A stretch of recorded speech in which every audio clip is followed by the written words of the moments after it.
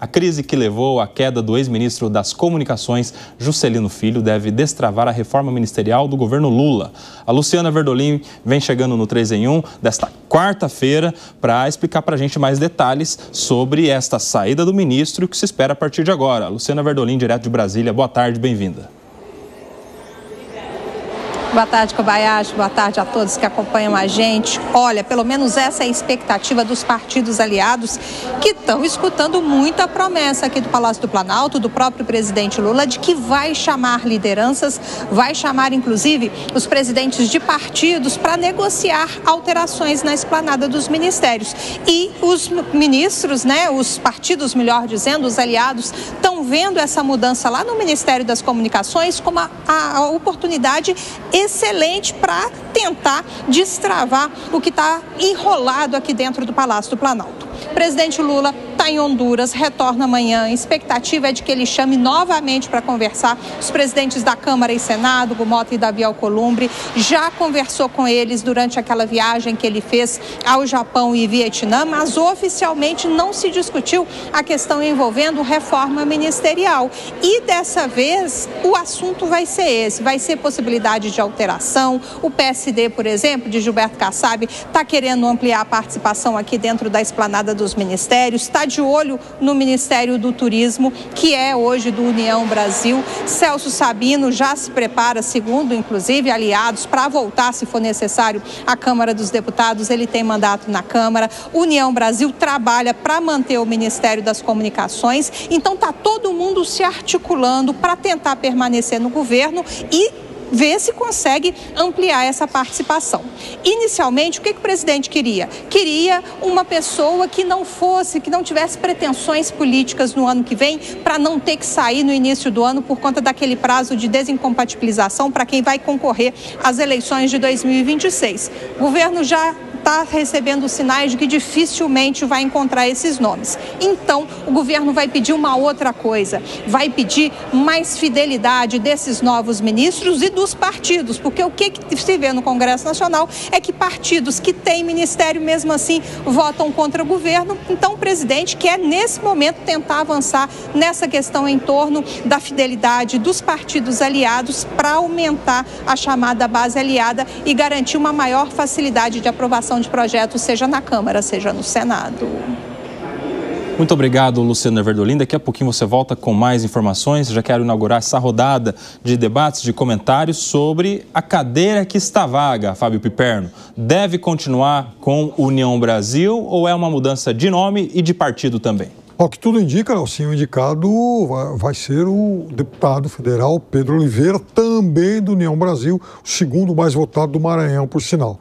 Isso significa que a tal mudança ministerial, a tal reforma ministerial, na verdade, continua sendo apenas uma troca de cadeiras dentro dos mesmos partidos aliados. Quem, para mim, seria, por tabela, o grande derrotado caso se confirme essa expectativa? Por exemplo, o governador Ronaldo Caiado. O Pedro Oliveira é simplesmente o líder do União. Então, se o líder do União aceita ser ministro do presidente Lula, como é que alguém pode imaginar que o União vai, de fato, bancar um projeto de uma candidatura solo a presidente da República? Então, ou seja, é uma mudança que segue aquela lógica lá do romance o Leopardo. É preciso que as coisas mudem para que tudo continue sempre igual. Sai União, entra outra União. Assim como saiu o PT, entrou o PT via Gleisi.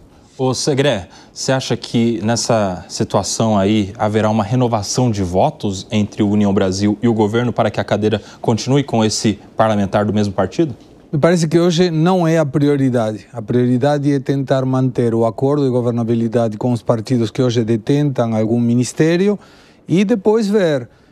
Continuo pensando que tem uma jogada aí em termos de mudança ministerial, porque quando você observa, por exemplo, falas do ministro a cargo da SECOM, da Secretaria de Comunicação, a gente vê como que a culpa de tudo o que está passando com a falta de popularidade do presidente tem a ver com a falta de resposta dos ministérios.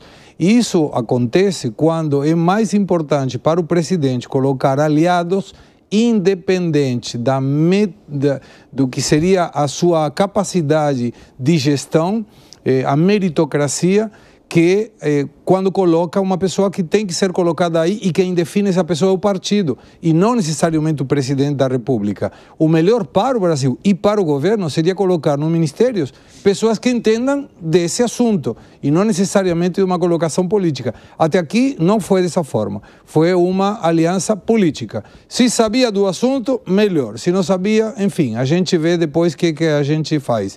E isso são os resultados que o governo está colhendo. Vamos para o Alan Gani agora, Gani, porque nessa toada aí de mudança no ministério, outros ministérios voltam à discussão também diante de uma possibilidade de renovação em outras cadeiras. Como você vê essas outras possibilidades, alguns partidos querendo mais espaço no governo, como por exemplo o PSD de Gilberto Kassab? O problema é que muita gente quer espaço no governo e não tem espaço para todo mundo. Eu acredito que essa reforma ministerial vai ser muito parecida com aquela que houve... a última, né? Se eu não me engano, no ano passado, com a entrada de André Fufuca e Silvio Costa. Ou seja, não mudou absolutamente nada e também não mudou a relação desses partidos identificados como centrão com a sua relação com o governo. Eu acredito que essa troca no União Brasil, União vai continuar sendo União, ou seja, vai fazer preço a cada negociação. Não significa que será um apoio mais irrestrito ao governo federal. E quanto aos outros ministérios, talvez tentem acomodar o PSD. Agora, o PSD também está dando sinais aí dúbios, né? Porque Gilberto Kassab disse anteriormente que estaria desembarcando, deu a entender que estaria desembarcando do governo. Vamos ver se com uma reforma ministerial que contemple o PSD mude a cabeça de Gilberto Kassab. Vamos para Brasília, Zé Maria Trindade, com a queda do ministro e as mudanças nos ministérios. Quais são os bastidores que você nos traz? José Maria Trindade, direto de Brasília. Foi um alívio geral nas hostes governistas, né? Estavam ali com um incômodo, porque o presidente Lula disse que se ele fosse denunciado, que ele teria que sair do governo. Aí ele pediu o chapéu e foi se defender de acusações consideradas graves, né? E que ele vai ter que se defender. E outros deputados estão nessa fila, porque essas emendas parlamentares, todos nós sabíamos que ia dar exatamente em investigação. Para se ter uma ideia, existem 3 propostas de CPIs no Congresso Nacional. Mas eu garanto que ninguém vai assinar esse pedido de CPI contra ele mesmo, né? Isso aí é falar de corda em casa de enforcado, quer dizer, muito complicado uma CPI no Congresso para investigar os próprios colegas. Então se livrou deste problema que estava estacionado aqui na esplanada dos ministérios e começa a disputa. O PSD tem razão, é um partido fiel na base governista e se considera subrepresentado aqui na esplanada dos ministérios. E agora apareceu um agravante. É que, em política, se guarda a mágoa na geladeira para tirá-la no momento correto. E essa história do governo ter apoiado no momento ali crucial. O Hugo Mota, para a presidência da Câmara, está entalado ali no PSD, que poderia chegar à presidência da Câmara se houvesse o apoio do governo, somando os votos do PSD e os apoios que já eram do partido, né? Então, isso tudo está colocado na mesa. Para fazer essa reforma ministerial, o presidente já está falando isso lá de Tegucigalpa, né, Honduras, falando exatamente sobre esses assuntos com alguns líderes e principalmente com a ministra Gleisi Hoffmann. É a novidade. Ela está num posicionamento diferente de Alexandre Padilha, uma forma mais agressiva. A gente viu na apresentação da PEC da Segurança que ela desengavetou. Vamos levar isso para o Congresso e agora já fez reuniões exatamente para discutir essa sucessão. A indicação é de que a reforma será maior. Sabe aquele encontro de ideias e tal que em relacionamento se chama dar uma DR, discutir relações? É o que estão fazendo os partidos políticos, né? A gente viu aqui o Caiado já falando que o partido dele nunca deveria nem ter entrado, quando mais saído. Muito bem, a gente continua em Brasília agora com a Luciana Verdolim, que volta ao 3 em 1 para trazer informações sobre uma reunião que o presidente vai ter com integrantes do União Brasil assim que ele retornar da sua viagem para Honduras. É isso, Luciana Verdolim, o que está na pauta desse encontro? É isso sim, a expectativa é de que amanhã o presidente Lula desembarca na madrugada de amanhã aqui em Brasília e entre amanhã e depois chame as lideranças do União Brasil para conversar. Zé Maria estava falando da ministra Gleisi Hoffmann, ontem ela já estava conversando com lideranças do União Brasil antes mesmo da decisão, né, de demissão do ministro das Comunicações. Foi um almoço com lideranças, o então ministro, né, Juscelino Filho, participou desse almoço e conversou também por telefone com o presidente Lula. Isso ainda antes do presidente embarcar para Honduras, isso foi por volta aí de 2h30 da tarde.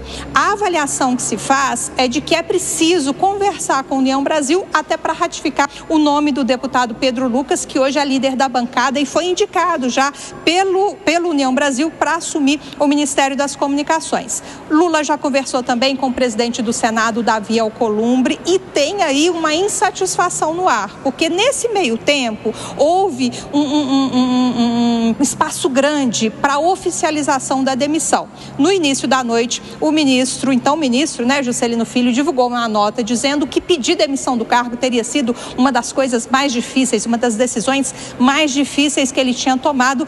Agradeceu ao presidente Lula, elogiou e disse que mantém aí o compromisso com o governo federal. Logo depois, a assessoria de imprensa aqui do Palácio do Planalto informou que foi o presidente Lula que disse que Juscelino deveria deixar o cargo e essa avaliação, né, que não teria mais como ele permanecer aqui na administração federal. Dentro do União Brasil, o comentário é de que não tinha necessidade, né, da assessoria de imprensa aqui do Palácio do Planalto vir nesse momento e dizer que exatamente o presidente Lula tinha cobrado essa mudança, até por conta disso, expectativa de, assim que retornar aqui a Brasília, o presidente Lula chame o União Brasil para conversar, ratifique o nome para o Ministério das Comunicações e comece a conversar com outras legendas. Muito obrigado, Luciana Verdolim. Já com mais informações direto de Brasília. E aí, Gustavo Segré, qual é a chance deste pedido, dessa indicação não ser levada adiante pelo presidente? Oh, me parece que deveria, assim, quem manda é o presidente, quem tem a responsabilidade primordial de tudo o que acontece, para bem ou para mal, é o presidente. Então é o presidente que deve ter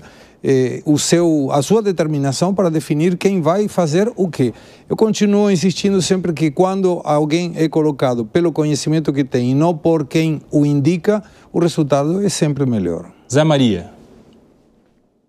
Olha, esse posicionamento aí rápido do governo é necessário, né? Mas é o presidente que realmente decide e principalmente não é formal, né? Que a gente tem um jeito de falar formalmente, que os ministros dizem, olha, quem resolve isso aí é o presidente, no mesmo tom nos estados. Mas nesse caso aí, o presidente Lula está assumindo, e eu diria até de uma forma perigosa, o presidente da República não pode se arriscar no dia a dia, né, na captação ali de apoio diretamente no varejo. Ele tem que trabalhar mais atacado. E nesse caso, o próprio presidente Lula está assumindo essa articulação política e proximidade com os partidos políticos. Então, ele, quando voltar de Honduras, é ele que vai bater esse martelo e está muito confuso, porque não há uma organização. Os partidos que querem fazer parte do governo estão divididos em alas. Imagina, o PP será inimigo do presidente Lula em 2026,